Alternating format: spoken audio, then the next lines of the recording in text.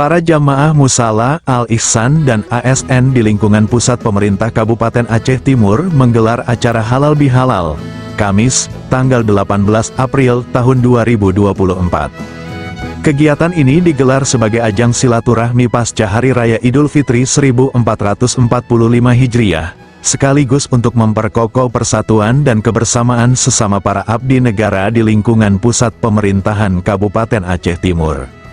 Ketua Panitia Kegiatan Halal Bihalal M. Hairul Radis PD yang juga staf ahli Bupati Bidang Pemerintahan, Hukum dan Politik dalam laporannya mengatakan, kegiatan silaturahmi itu berlangsung atas dukungan para ASN dan sejumlah kepala OPD, yang turut menyumbang berbagai kebutuhan dan dana.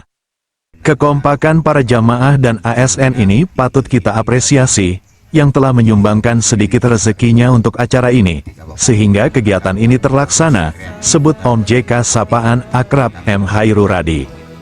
Menurut JK, sebelumnya ide juga muncul dari PJ Bupati Aceh Timur Insinyur Mahyudin terkait dengan semangat kebersamaan.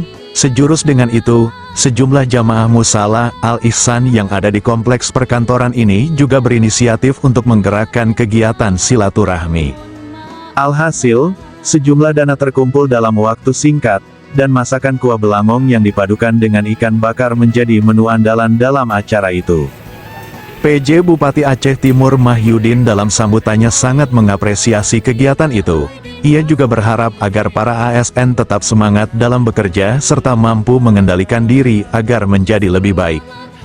Mari kita sama-sama kembalikan ke fitrah setelah Idul Fitri kembalikan, dan mampu mengendalikan diri agar menjadi lebih baik.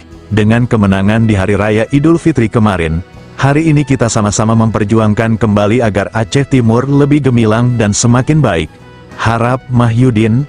Acara kemudian dilanjutkan dengan penyampaian arahan dan tausiah dari Kemenak Aceh Timur Salamina, kemudian dilanjutkan dengan halal bihalal dan makan siang bersama.